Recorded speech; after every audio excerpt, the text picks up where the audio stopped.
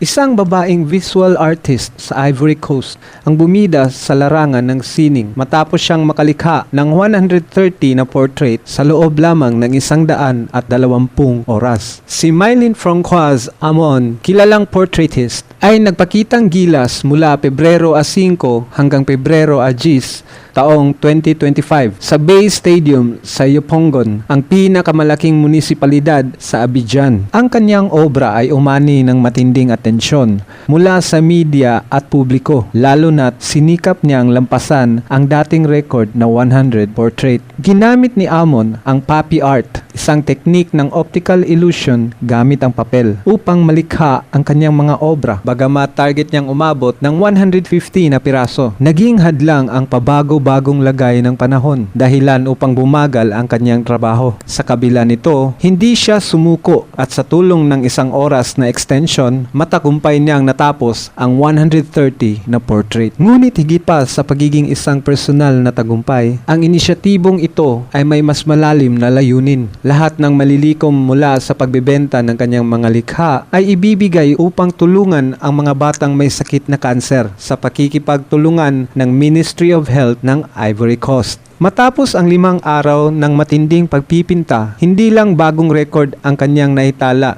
kundi nag-iwan din siya ng marka sa puso ng maraming nangangailangan. At yan ang ating balitang kakaiba. Ito si John Alex Tagalog para sa Radyo Alternatibo Balita.